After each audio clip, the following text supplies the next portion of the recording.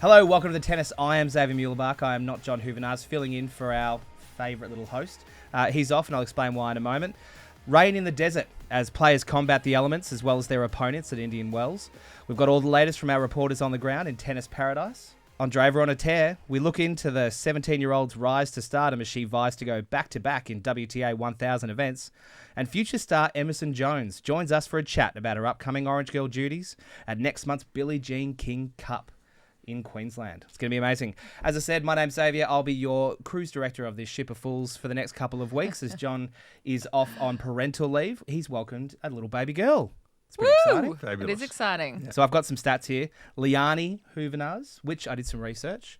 It is a Hawaiian name. Oh, It means sky. that's quite nice. Yeah. Yeah. Blue sky. Yeah, little blue Yeah. sky. Blue courts, blue sky. It's keeping it very much in the tennis family. Yeah. She was born on the 11th of March, and he's put in here her favourite surface, cotton. Oh, I see she's a good size too. That's So a healthy- 3.685 kilos. healthy baby. What's that in the old measure, Fitzy? Oh, I reckon that'd be close to 8 pounds. 7 maybe, 7.5 Right. pounds. Yeah. Somewhere there. Well, all our love Perfect. to Mrs. Hoovenars. yes. Hopefully she recovers well and we get to see the bub in here in studio pretty soon. Anyway, enough about babies. Let's talk about the table here. I am Xavier, but enough about me. Next up, and queen of the smaller screen, stole that from Johnny Hoovenars, Brie Stewart. Welcome back. Thanks. Here every week. Yeah. It is weird that I'm welcoming you. Welcome to you. Thanks. Yeah, it's good to have you here. I'm looking forward to spending the next few weeks on Are the you? pod with you. I am. Good. Yeah. Okay. And across the table, back from his annual wine and fishing trip, it's Fitzy. Well, thank you, Zave. I didn't really want to advertise the wine part of it. It is a fishing club. We go to Cockalichi. I've got a US friend here with me, Very good.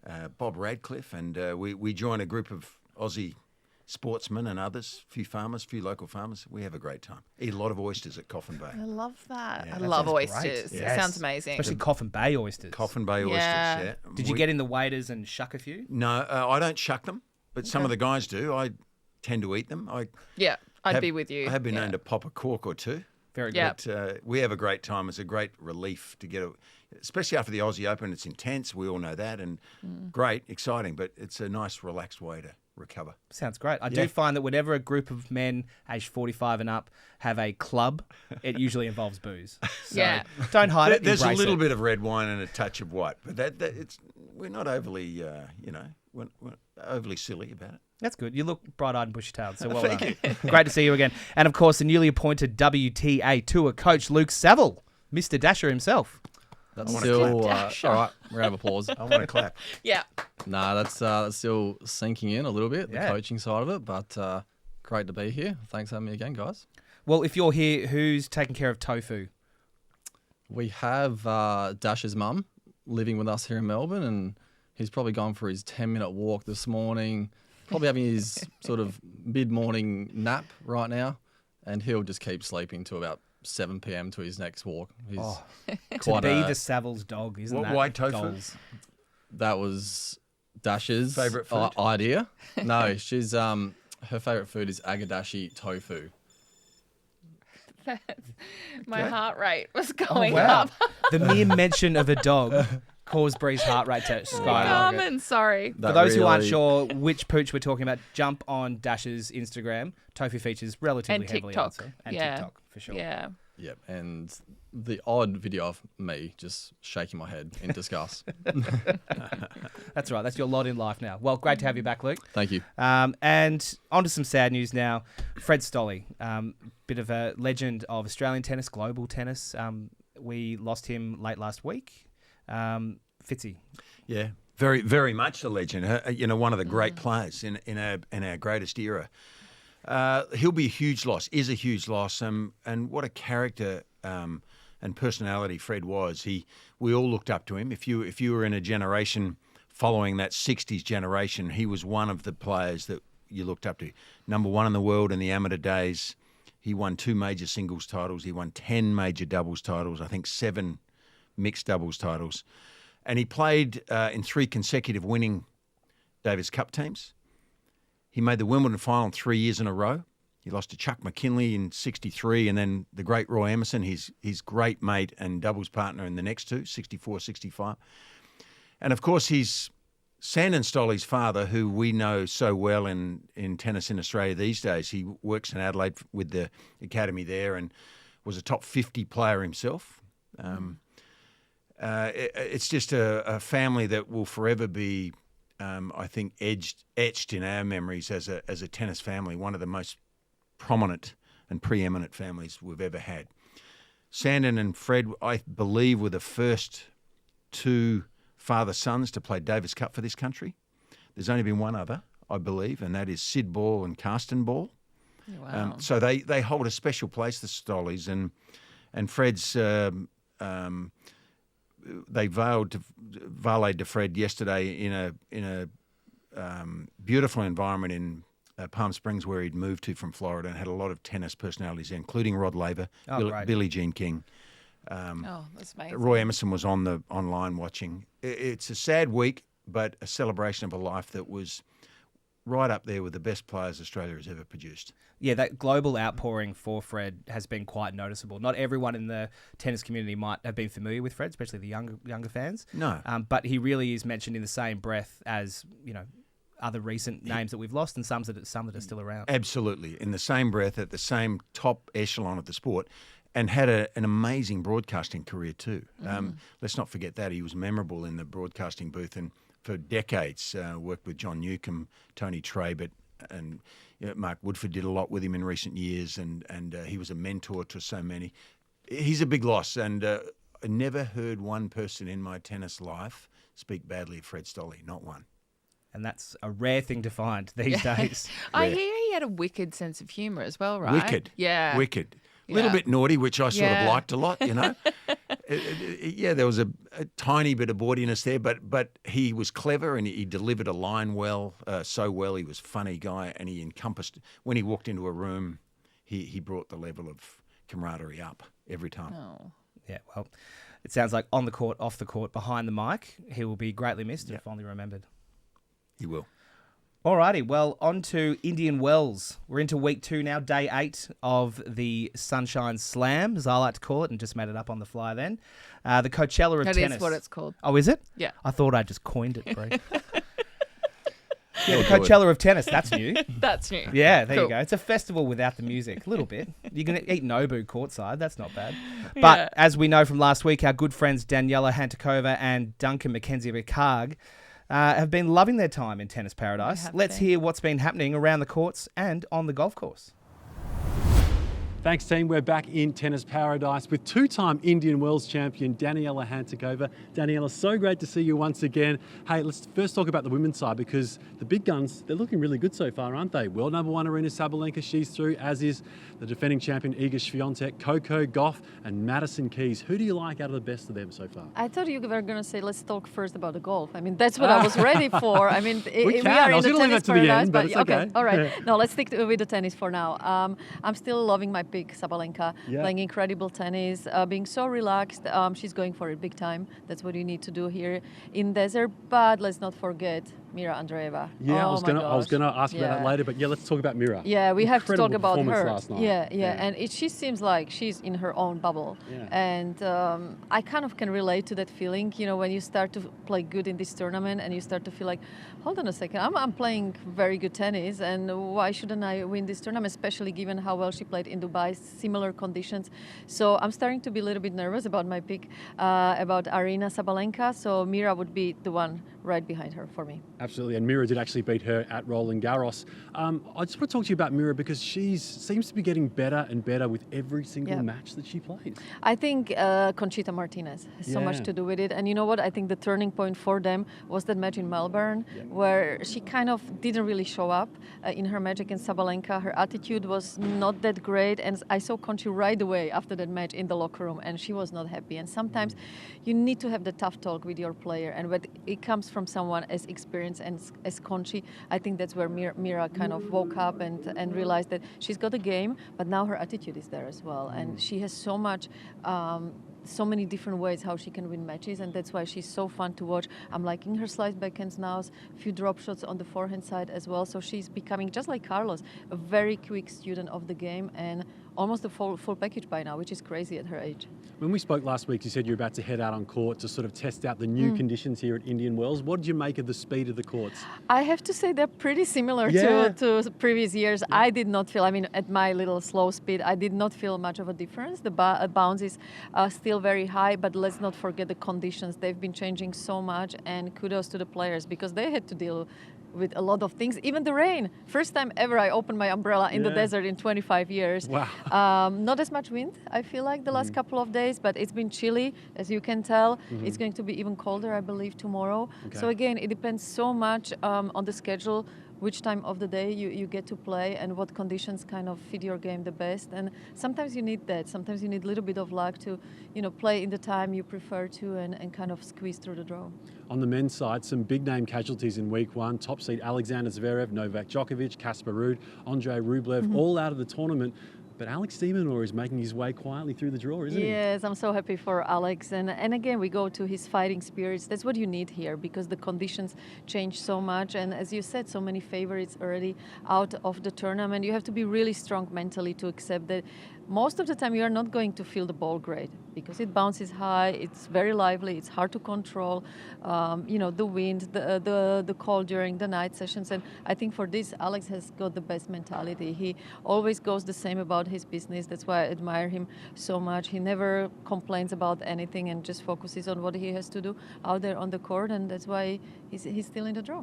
So many interesting talking points from the first 7 days proper of the tournament. Carlos Alcaraz, we had some fans of his dressed up as bees, in tribute to the bee invasion last year. Obviously, Yosuke Watanuki drank a Pepsi, completely different player since then. And of course, we've got Holger Rune, who was watched on by a couple of celebrities in Timothy Chalamet and Kylie Jenner over here on Stadium 1. What's caught your eye in the first 7 days of this tournament? I would say the fans. That's what we always appreciate as players because they love the game so much. So you want to show up there and play your best tennis, and I think that's why Carlos is enjoying his B support corner. He might be probably thinking, well, the Card Boys are not around, so I might as well use some momentum here. Yeah. And it's been always so much fun to kind of get a little bit more connected with the crowd here. I think the players really enjoyed it. Maybe other tournaments you try to be more focused on your game, but here you can really draw from the energy from the crowds. Having some celebrities around that always helps. I always remember before my first final, I was just about to go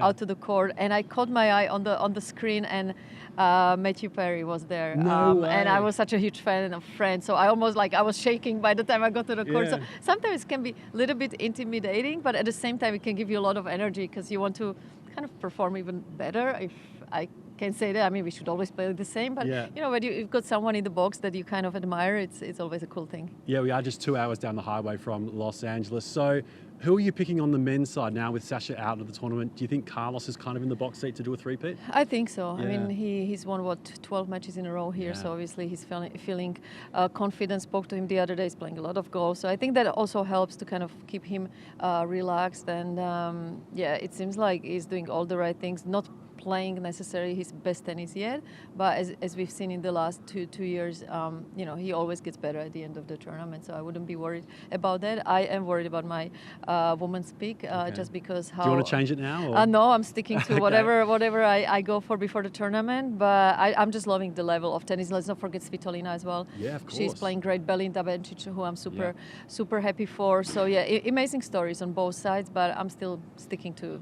my picks for now. Now, I was going to save the golf questions to the end because you are a former tennis pro, but you do have one of the greatest golf swings I've seen of a non-professional golf player. For those Australians or anyone watching or listening all around the world, if they were to come to Tennis Paradise and Greater Palm Springs, where's your favourite place to play golf?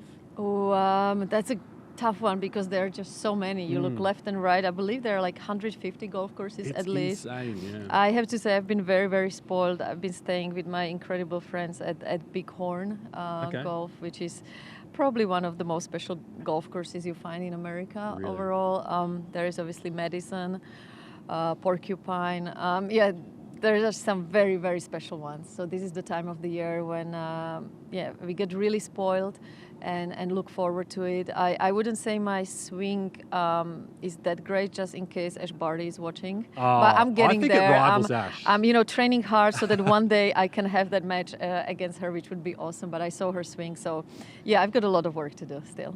Okay, let's set up a match play between Daniela Hantuchova and Ash Barty. Danny, always great chatting with you, and we'll chat to you after the men's final on Sunday. Sounds great. Back to you in the tennis studio. So it's great to kind of hear from those guys. And interesting that Danny wants to play against Ash Barty at golf, because I'm not sure she's someone I'd be wanting to compete with on happily anything. Walk around a golf course with Ash, but she would absolutely thump anyone else. I feel like she's just good at anything. Anyway, just further to that, in terms of Alex de Minaur playing in Indian Wells, he sadly went down to Cerundolo this morning, Australia our time, 7:563. We did have Craig Gabriel on the ground for us there, who had a bit of a chat with Demon afterwards. And Demon just basically said it wasn't a good match on his side. He felt like the match slipped away, and it really wasn't his best day on a tennis court. He did make some remarks about how the balls are slower in Indian Wells than the Australian Open, because obviously he played Cerundolo here at the AO and beat him. And he did also indicate that the wind was up at Indian Wells, but basically just said he had a bad day. So sad to see him go down to Cerundolo. But he didn't indicate when he'll go to Miami, but we expect to see him there. Maybe he has a little bit of trouble with Cerundolo, because at the Australian Open, he played him, and I just forget which round, maybe the third round. I think it was third round. And he struggled at the beginning of that match too, and it was windy a little bit. And look, Cerundolo, what a forehand that is. So, Luke, I know you know a lot about it, but goodness me, that can give a lot of players trouble. So maybe the slightly slower conditions at Indian Wells, slow, high bounce, gave Cerundolo more time. Don't know. Sticking with de Minaur for a bit, Fitzy, we're about to jump into what's caught your eye. Hit us off. Well, I think Alex always catches my eye because I'm such a fan, and I appreciate the way he competes and just love everything about the way he approaches our sport. But I think it sort of proves a point in a way that he's taken some time off leading into this, because these schedules are not to be taken lightly. They hop from... I remember the first time way back when I started going from continent to continent and recovering from jet lag and then playing again. And I wasn't winning that many matches, Luke, I can tell you. But someone like Alex would win. When you win that many matches and you go from one continent to the next and then back and then a third time and the jet lag catches up with you, it can make you get pretty run down at times, and it's a physical sport, very, very much so. So I just thought it was an interesting little, preview of his Indian Wells, to see that he had to take some time off even early in the season, because he had a long year, finished late in the year, Davis Cup, all of that. You don't get much time to recover before the big one comes along for an Australian, the Australian Open, and just thought it was interesting to see that he needed some time off. And I think a lot of those players do, especially the top players, because they win so many matches as well as put up with the jet lag. So I'm sad he's not going to play Alcaraz over there. But, you need to manage your schedule and your body more than ever as you start to get into your mid to late 20s. Well, it really is so challenging. It's such a global sport. Last week you were telling us, Luke, about Dash's trouble with... flight cancellations, going through Mexico, driving from Tijuana. That's just one of many instances where people would, be caught out with traveling and needing to not just cross country, but cross oceans, cross continents. Yeah. It's just crazy that these sportsmen and women can really back it up in the face of that travel adversity. With not much off season. Yeah. Yeah, and these 2-week events, I think, are quite long as well, and it can sort of get a little stale if you're in the same hotel for multiple weeks on end. And I think back to your point, Fitzy, the Australian summer probably takes quite a big mental toll and pressure toll on Alex as well. And, being the number one Australian and having all that pressure of a nation to perform, I think it all takes its toll, and just very interesting to see that he needed to take some time off, getting to Indian Wells early. Yeah. Definitely. Well, Luke, let's stick with you. What's caught your eye? Caught my eye was the teenage sensation, Mirra Andreeva. I think she was caught my eye last week as well. And but you're allowed to have her again. Yes. It's She's proved. that catchable. She's so good. Yeah, when I saw the draw at Indian Wells and the potential fourth round against Rybakina, I thought that was a bit of a popcorn match. And, 6-1, 6-2. Mirra Andreeva wins that one, and I think that's a statement, absolutely. And winning the last Masters 1000 in Dubai as well. The youngest player in the top 10 of the WTA rankings in 18 years. Nicole Goosebumps. Yeah, it's a bit, Nicole Vidasova was the last in 2007. So God, it's been a while. not sure what you think, Fitzy, but I think we're sort of witnessing a bit of a sort of champion in the making here and potential to win multiple slams. Yeah, I think a star of the future for a long period of time. It's hard to believe that a young player, I reckon, can be that good that young. For most players, they take time to mature and get there. But wow, she's good, and she looks good on the court. She's going to be a big, I think, advertisement for our sport for a long time to come. And So you think her flame will stay lit? It's not going to be a one-hit wonder and then... I can't see why. Yep. I can't see why it would be. I mean, she's been coming for a while from a young age. I always have this older person's thought process in this type of arrival of a young player, though. I worry that they handle it. If she can handle it, if she's got the right people around her and her family is strong with her, I think she's going to be a star for a long time. I just hope she handles it well. She's been on a solid trajectory, right? She hasn't just gone up out of nowhere. She's kind of been building and building, right? Yeah, it's sort of funny to say that she's been building and she's 17. Yeah. She's still quite young, Yeah. but for me, I feel like she's got the mentality for sure. She's nice and composed and very level-headed. And for me, it's the game as well. It's such an all-court game. Great serve, moves well. And for me, that game is suited to all surfaces. So I think that's very important for being consistent. Being able to play on all four surfaces is super, super important in all four slams, I should say. And I think she's going to be a star in the making and exactly what the game needs. That's why he's going to be a good coach. Yeah. He knows the nuances. And you have to be able to read that too with young players and to help them, guide them in the right direction. So how do you think she'll go against Svitolina, who she has up next at Indian Wells?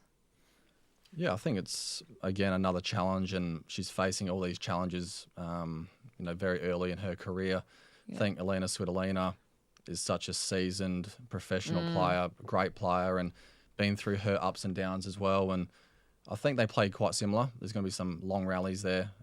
But again, I think Mirra's game matches up very well against a lot of players. She can rally, she can be patient if she needs to, and then she can sort of absorb some of the bigger hitters as well, like Rybakina. So I think on all surfaces she's good. And I think she's got a great coach in her corner as well to keep her nice and grounded. I think sort of after that Australian Open match, they had a bit of a chat and sort of straightened her out. But she's going to have some of those in her, such a short career so far. And I think she's taken all these challenges head on and on an amazing trajectory. Yeah. Brilliant. One to watch. Continue to watch, some would say. Well, sticking with the WTA, Brie, what's caught your eye this week in the women's game? Look, last week the WTA launched their WTA Maternity Fund Program, which has been a long time coming for women in the sport. So it's really great news. There is a lot of chatter around this, both negative, positive and indifferent. But I wanted to lay out the key points of what it entails because I think it's amazing. But obviously with everything, there's some elements behind it that probably are questionable. But the PIF WTA Maternity Fund Program empowers women tennis players by providing the support and flexibility to pursue professional careers and build their families. So that's kind of like their core line. It's a first of its kind, and it's fully funded and supported by an external partner. Provides up to 12 months of paid maternity leave. So there are kind of caps on it. It also gains access to grants for fertility treatments to build families as well as other benefits. So that's great. So like egg freezing, IVF is included as well. It will offer benefits to more than 320 eligible WTA players. So all players will receive the same amount, which has not yet been disclosed, but will depend on the time of leave requested. Now, the eligibility criteria for participation in the fund includes completing in a certain number of WTA tournaments in a window of time. And one of the existing benefits available through this will make it easier to return to competition after starting a family. So that's a bit of a rundown on the key stats and facts. I think it's great for women in the sport. I think it's amazing. I think even seeing people like Ben Keach and how well she's doing at the moment, just back from unpaid maternity leave, which she would have taken. But yeah, it's a big move. Because like on its face, that is by and far one of the best parental leave, maternity leave policies I've ever heard in any industry, not just in sport. Yeah, 12 months. 12 months, everyone's eligible. There is obviously the kind of elephant in the room of where the funding is coming from. Yes, which is what a lot of the press is what's talking the about. online chatter been like around that? And tell us a bit more about the PIF and what that is. Yeah, so the PIF is the Public Investment Fund. And the Public Investment Fund for this particular fund program is coming from Saudi Arabia. Now, there's two stories, right? The fact is that... Which one's the juicier one? The fact that the women are getting this, which is much needed for the sport, is amazing. However, the country that is giving it is known for not treating women in the best light, very against LGBTQI kind of practices and stuff like that. So there is a little bit of comment around the money is great to be able to support this, and potentially without that, they wouldn't have been able to do it. But it's coming from a country that actually... So there's all these questions around sports washing for Saudi. So it's a little bit contentious. I know my wife, Daria, has been quite vocal and sort of in on the decisions, I guess. She's on the player council, WTA player council, and she was very happy with the result of it all. I think it's a fantastic initiative. I've always thought when the women go away, have a baby, and then come back and play at a high level, it's amazing. Yeah, it's seriously phenomenal. And then, as you said about Belinda Bencic playing so well right now in the quarterfinals of Indian Wells, won Abu Dhabi probably about a month ago, the 500, and it's just astonishing that they can come back and play so well. So I think an amazing initiative and great to see. Yeah, couldn't agree more. Well, on to my own. Caught my eye. Yes. Madison Keys, the AO champion. I've been watching Maddie for many years. She's got an amazing game. And at the moment, over in Indian Wells, she's the 3-set queen. And she's absolutely smashing it over there. She's still undefeated in 2025. She's had 15 match win streak, and she always seems to find a way to win. 5 of her 7 wins at AO were 3-setters, and this week alone at Indian Wells, in her third round, she defeated Mertens, despite dropping 4 match points in the second set. In the round of 16, she defeated Vekic after losing her first set 4-6. On the added pressure she's dealing with since winning her first Grand Slam, she said, "For the first time, I'm trying to manage my own expectations. Mental clarity." Yeah, she was great at the AO too when she did her press conference, right, and talked about all the work she'd done mentally. Yep.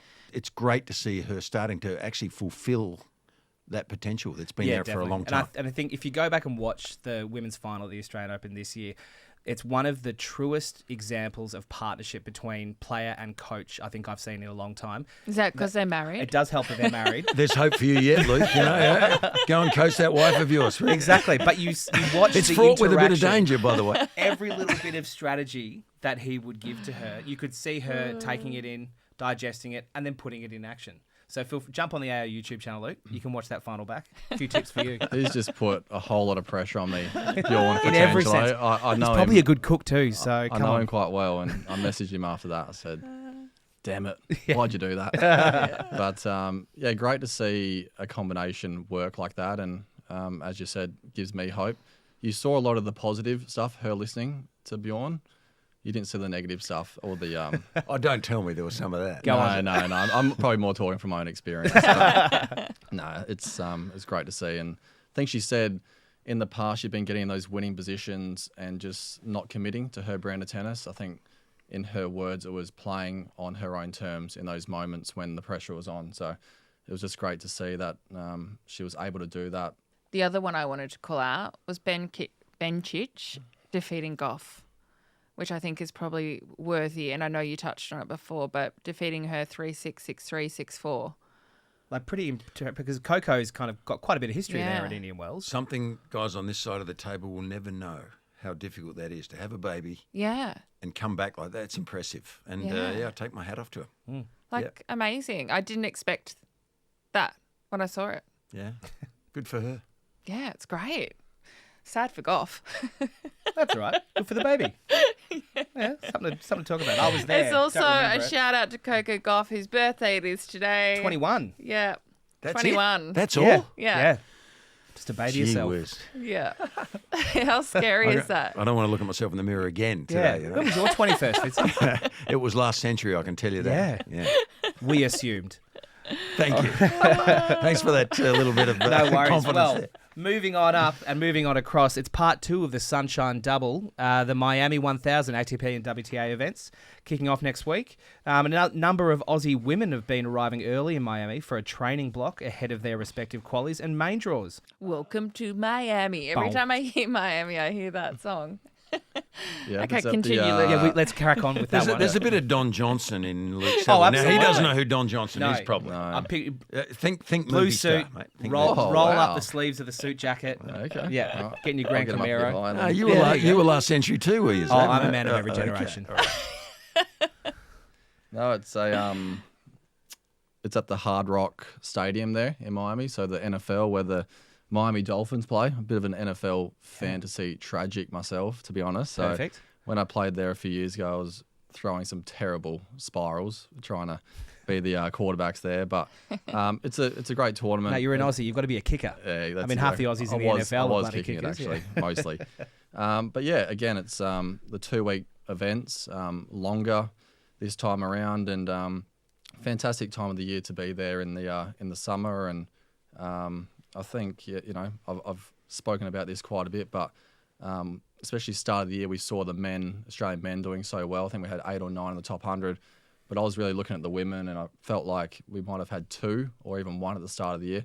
We've got 4 now, with maybe 2 or 3 right on the cusp, including my wife, Daria. So very excited to see that push. I think it's very interesting when you see 1 or 2 get in, a few more follow. So I think that sort of happened on the men's side, and we're starting to see that in the women's. And I'm very excited to see that progress. Brilliant. So more women's tennis news. We've got upcoming BJK Cup tie in Brisbane. Lots happening up there. It's a 3-way tie, which is a little bit different. Australia, Kazakhstan and Colombia. Taking place April 10 to 12 at Pat Rafter Arena in Brisbane. Brie, your thoughts on the BJK King Cup? I'm excited for it. We were lucky enough to have the BJK Cup in Brisbane last year as well. So it's great to have it here on Australian shores again. Very excited to hear who the teams are. The entry for teams were due today, and so we can announce who those are for each of the countries tomorrow. So stay tuned. We do know that Kim Birrell is in the Aussie team, which is exciting. In terms of Kazakhstan and Colombia, I don't have any insights on that, but I'll look to you guys to see who you think might be in those teams. Luke, you'd have an insight, wouldn't you? I might know who our team is, but I'm definitely not allowed to share that, so sorry. We might know too. Okay. Wink. Wink, wink. Sorry, viewers. So Kazakhstan, I believe they'll be led by Yulia Putintseva, who's a great player, very strong in singles and doubles. I think she's around 30 in the world, so very, very tough customer. And then Colombia, Camila Osorio, who, again, I believe she's probably around 80 in the world, and very good in altitude, great competitor, makes a lot of balls. So, and I believe they've got a pretty good doubles combination as well. So, work cut out for our women, but as I mentioned before, we've got so many to choose from, and whoever we put in will comprise a really strong team. That's great. Should be a damn good tie.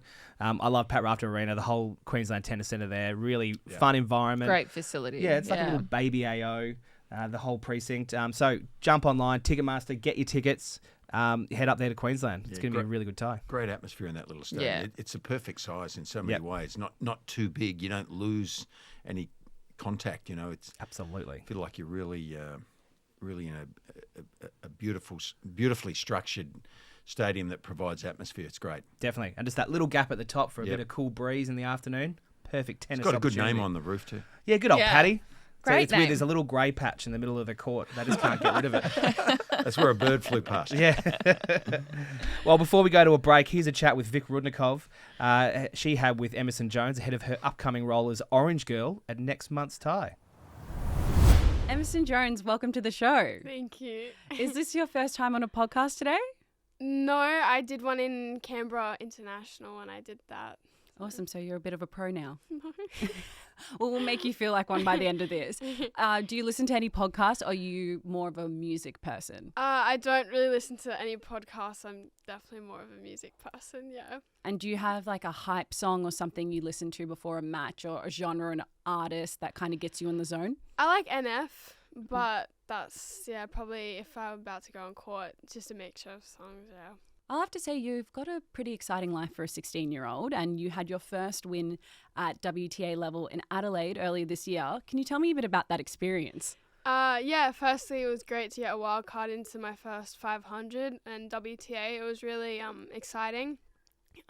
Wasn't expecting to win a first round, so I was pretty happy with how I played and how I performed for both of the matches. So, yeah, I'm pretty proud of that. And an AO wildcard as well. What have you learnt from that experience of playing your first Grand Slam main draw?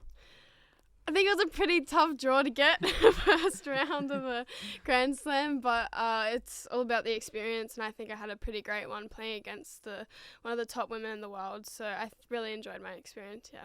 And obviously you are the junior world number one. You're in the top 300 on the WTA tour, and we just hit 4 women in the top 100 from Australia. How does that motivate you? I think it's exciting for everyone who plays Australian tennis, knowing that that level is possible. And I know all 4 of the girls, so I think it's pretty exciting for them, and exciting that I know it's possible, yeah. Yeah, and does it really just kind of make you believe all the hard work, everything's going to pay off? Yeah, I do, because I also see how they train. I've hit with them, and I just think it's really exciting to know that's right there, yeah. Yeah, and your brother Hayden is also a tennis player, and your parents have a bit of a sporting background as well. What's it like to be in a family of elite athletes?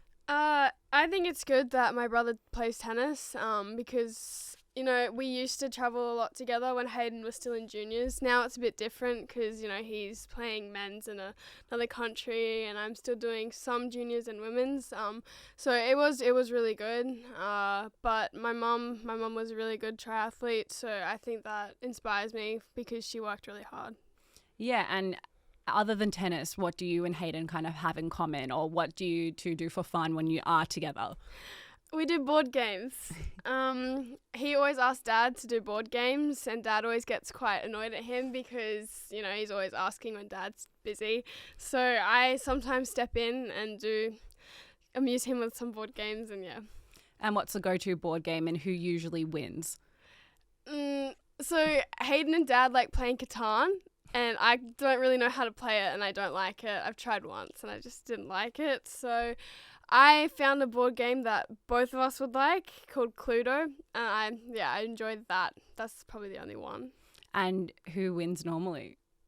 I can't tell if he's cheating or not most of the time, but Hayden's really good at board games, so I'd say probably him, yeah.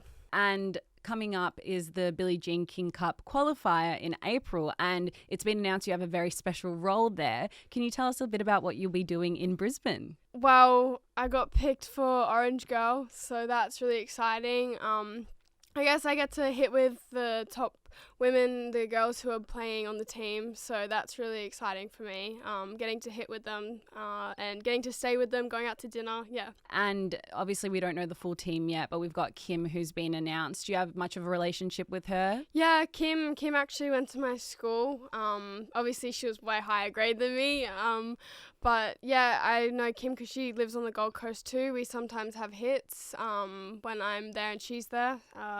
Yeah, and in Brisbane too we hit, yeah. And have you been able to form any other friendships with some of the other Aussie girls as well? Yeah, I know Maya for a while, a bit now, a couple of years since she came here. So I think that's going to be pretty good if she's, in the team. And I don't really know Isla too much. I've seen her around. Seems really nice. So yeah. Exciting. Yeah. And Sam Stosur is captain. How much of an influence has she had on you and your tennis career? Yeah, I know Sam because my old coach Dave Taylor coached her, so I have a bit of a relationship with Sam. She hit with me 2 years ago at AO. That was my first hit with her, and I think she gives me really good advice. Yeah. Yeah, and not just Aussies, but are there any other players on the tour that you kind of model your game off, or anyone else that kind of influences how you play? I really like Sabalenka. I think her game style and just her, how she really wants to win. I think I really look up to that. Yeah. And my last question, obviously we're getting to know you a bit better today, Emerson. What's one thing that our listeners should know about you? One thing you should know about me? Yeah, you can take a second to have a think. I know I've kind of put you on the spot here. I used to be a very good swimmer when I was younger. My mum made me do swimming. I didn't really enjoy it, but I used to go to like the regionals and all that for it. So, yeah. So you're pretty good. Yeah, I don't know about now. I mean, I still have it, I think, but, I used to be pretty good at it. Well, luckily you still have tennis. Yeah, exactly. Thank you so much for joining me today, and can't wait to see what you do next this year. Thanks. Thank you. All right, well, welcome back. We've had a fun little ad break. We had some fun chats. What did you get up to in the last ad break? I flipped my hair. Oh, that was good. Yeah. Yeah, it was really I good. actually did. That's nice. Well, Brie, we'll stick with you. It's time for Brie's top 5. Yeah. Hang on. Set it all up. I know these buttons are new to me. I just need to... So I want to say... 3. That's 3. Okay, cool. I'm ready. Okay, cool. So this week's top 5, I'm focusing on the top 5 tennis player tattoos. I don't have a button for that, but yeah. No, it's exciting, right? Yeah, I love we'll it. figure out why I've lent into this. But we'll start with 5. 5. No. British Dan Evans' forearm says, "Every saint has a past, every sinner has a future," which I think is quite funny coming from Dan Evans. True. Is it to do with Jannik at all, or? Oh, yeah, because Jannik Sinner. Yeah, Well, got it. That's what I thought. Yeah, it's just like, I'm pretty sure he does have a future. He'll be fine. Yeah, I think he will, if that's what it's about. Cool. 4. Vondrousova, Wimbledon champ 2023. So very well known for having tattoos. She got her first tattoo when she was 16. But my fave of hers, which is above her right elbow, is "No rain, no flowers." What a great little... It's great. line. Yeah. Yeah. Although yesterday there was no rain, no tennis at Indian Wells, but... That's quite good. But yeah, in 2023, I could find that she had reported she had 10 tattoos, but I reckon she's had more since because she really finds it an art form. Beautiful. Yeah. I thought that was a good one. 3. Okay, we can't chat tats without Kyrgios, can we? Loves a bit of ink. Yeah, loves a bit of ink. But I had to pull this one out as my fave and something he told GQ a couple of years ago.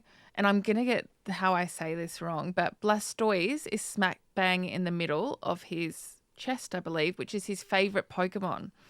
And then obviously Charizard, Gyarados, can't really go past those. I feel like worldwide, if people know Pokemon, they know who those Pokemon are. But that's fine. He's not 7, though.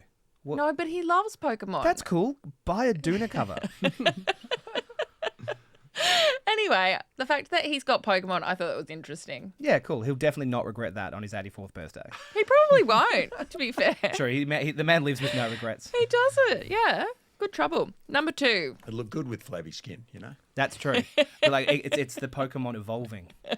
2. Okay, the whole reason of why we did this, Carlos Alcaraz, he has a tattoo I already like, and we talked to him about it during AO. It says Cabeza, Corazon, Cojones. Cojones! Which translates to head, heart, and balls. And he says it can be attributed to his grandfather, who always encouraged him to focus on the 3 C's in life, which I quite like. I didn't know that aspect. Anyway, he has a new tattoo. So he walked out on court at Indian Wells with a new tattoo of the date 23/04/25. And everyone was looking at it. It turns out it's a fake tattoo, and it's all about the promotion of his new Netflix documentary that launches on the 23rd of April during Miami Open, which is called Carlos Alcaraz My Way. So not a bad little promotional tool. But if he was truly committed, it'd be a real tat. Well, he might make it real once he sees how many people He might watch be smarter it. than that. Yeah. Yeah, well, that's true. I mean, but again, once the check clears, do you really want a permanent tat? Hang on, I've got a last button. Okay, number one. Has to go to Massetti, our Italian. Good. Yes. He has a tattoo of a heartbeat intertwined with a tennis racket. Now, it's not just that. His uncle is a cardiologist, and his uncle took a set of Massetti's frequency of his heartbeat, and that is the heartbeat that's in his tattoo, which I thought was quite nice. Yeah, it's a bit much. I thought it was sweet. Grow a heart. Well, I don't want to get a tattoo on. Anyway, Thanks, that's Brie. my That was your top five. five. Is there a button Yeah. to finish us up? No. No more buttons. Well done, Brie. That was Thank really good. you. I did enjoy It's it. better though. than the love one, right? Well, have you got any tats? I do. Great. Round the table, tattoos? No tats. I don't believe you. No, tats? no tats. No. Okay, I've got one, but Do you actually? Yeah, it's What bad. is it? Is it I a don't- dolphin? long story short, it does resemble a tramp stamp in the sense of where it is. It's on my left hip, and I don't remember getting it, but it was in Thailand. What is it? It's a shamrock. Oh, are you Irish? Nope. There'll be a time when that doesn't look like a shamrock either. Yeah, exactly. It'll be like, what's that wilted vase of flowers on your back, Dad? I can't wait to tell everyone. Yeah, cool. Great. Well, that's my low point, but talking about ace of the week, let's do it. Who wants to start us off with an ace of the week? Doesn't have to be tennis related. I prefer if it wasn't. Go Fitzy, hit us. Fitzy. I can start. Look, I have a friend down here, and I'm going to embarrass him by saying this. He's in the studio. No one We can need hear to or in the cut see. to studio. him. He's in the studio. He denies being a friend occasionally. He's American. He's about to. He's from Yeah. Chicago. I met him in Kansas when we were 17 years old. Ah. And he found out in recent years that I am an RM Williams boot fan. Oh my I've got a God. pair on right now. So do I. Aren't we all? And I've got a fetish of not many things in life, but I love RM Williams boots. So he's got onto this fad over the last few years. He was down here a couple of years ago. He had a couple of pairs in his closet. He has purchased 4 pairs of RM Williams boots in the last 2 weeks. How Oh many my feet God, I he love got? that. He's got 2 feet. Okay. He now has 7 pairs of RM Williams boots. He bought a new chocolate pair, chocolate leather. They're unbelievably good. Sounds Look, good. they're good Yeah. looking. I'm on board. He bought a pair of blue suede boots in honour of Elvis I was Presley, going to say, yeah. and he bought Love. two burnished pairs of RM Williams Nice. boots Yeah. Beautiful. that like are very dressy, very classy. Yeah. He's just worried about how he's going to get them back to the US. True, you're going to hit that import duties. I would tell him to leave them at my place, except he's the wrong size. Yeah. Yeah. So he needs to get them out of my house. But yeah, that made my day. It made my week. pretty good. That's my ace of the week. But They're what about heel? brilliant Which heel shoes. did you get? Did you get the flat, the block, or the Cuban? Not the Cuban. Not the Cuban. Yeah. That's a bit extreme. He got the Flat. flat. Okay, nice. The flat. Yeah. Good. Yeah. So that'll help the Achilles heel. Yeah, you got to keep it though. Yeah. I bet you had RM Williams at Cobb Dogler, didn't you, Luke? I bet you did. I'm very embarrassed to say. You don't have a no, pair? I'm just looking at yours underneath the table. I might be heading there right after this podcast. These are chocolate Yeah. also. They look good, Fitzy. And they They're were a great limited shoes. season, but they've just come back in. They've got them. This is not paid content. No. We're just big But fans Aaron Williams, of if an you need icon. to chat to us, I don't know our email. That's right. But we also love But- Rossies and Bluntstones. Well, so it's fine. yeah. But last thing I want to say is when I saw the advertisement of Hugh Jackman, Yep. did you see that? I did. Yeah. I rushed out and bought 2 pairs. Hugh, due to you. That was the funniest. I love a bit of bawdiness, and Yeah. oh, that was perfect. It was a perfect advertisement. Yeah. It Nah, was brilliant. good. Well, great to have you in the studio. Special RM Williams sponsored guest. Luke, what's your ace of the week? So here in Melbourne, it's known as the sporting capital of Absolutely. the world for sure. So we've got the Aussie rules starting tonight. Mm-hmm. I know opening round was last week, but there were 2 games on, and I'm a Carlton supporter. We own the opening round against the Tigers. Fitzy's looking at me because I would have thought you We were normally Adelaide do, Crows. don't we? Why did that change? Is it Not because sure. Richmond are no longer good? Whoa. You are sitting in Tigerland right I now. am a Tiger fan. Yeah. Fly by I'm night, about apparently. to move to Carlton, to be fair. the Blues are heavy favourites, so that's Yeah. why I'm going. Well, it wouldn't be tonight. hard. And then just walking around here at Melbourne Park prior to this podcast, hearing the F1s Yes. firing up. So the opening race of the new F1 season here in Melbourne on Sunday, supposed to be raining. So typical Melbourne. I think Saturday qualifying is 35, and then Sunday race is raining and 20. So nice little So challenge Melbourne. for them. But Yeah. That's right. Get your wet weather tyres out. great time of year and looking forward to the weekend. Absolutely. I mean, it is absolutely an incredible global event, almost as good as the Australian Open. But yeah, Melbourne, it's brilliant. Yeah, it is great, but Just toe the company line, Brie. yeah, doesn't touch at all on how good the AO is. Correct. Well done. Well played. Now, I'm going to sit here quietly because that was going to be mine. So I'm going to think of another one while you go yours. Yeah, cool. Put you on the spot. My ace of the week is pretty boring at the moment because I'm back at work and life has got a bit more boring. But I do have a great week ahead in terms of I have a friend's who had a birthday this week, Ellie Gosball. Shout out to you. She used to work here. Used to be our Chief Content Officer's executive assistant. She left us, so she should be dead to me, but She was she's still not. knocking around during this year's AO. Kept her Of accreditation, course it she seems. was. No, she did not keep No, her she bought a accreditation. ticket. She bought definitely tickets. bought a ticket. Anyway, it's her birthday, so I'm going out for dinner with her tomorrow night and a couple of her friends, which will work at Tennis Australia as well. So that will be nice. And then I'm back to playing tennis next week as well. So Cool. Wednesday, Saturday, I'm back on court. I will play Where's with. the offer? I was going to say, I'm Brie. playing at Faulkner Park again. I'm not playing here yet. NTC But once I play indoors. NTC, it's very hard for a lowly publican person to get onto the NTC indoor courts. Just to let you know. but you've got the hookup. Yeah, I'm a hitting partner with Luke Saville. Yeah. Tell you what, I'd watch that. That would be... It'll be great content. There's It'll be cameras already horrific. set up over Yeah. there on indoor my raid, God. so we That can get big some screen footage. here in studio. Once I've played a little bit more, when you come back after you go away with the Alex de Minaur Yep. Foundation, then we'll Sure. play after that. Okay. Yeah. Great. Well, I suppose I was going to do, for my Ace of the Week, the F1? Melbourne Grand Prix. Are you going? I'm not going, but I suppose I'm technically actually on rest and recovery leave right now.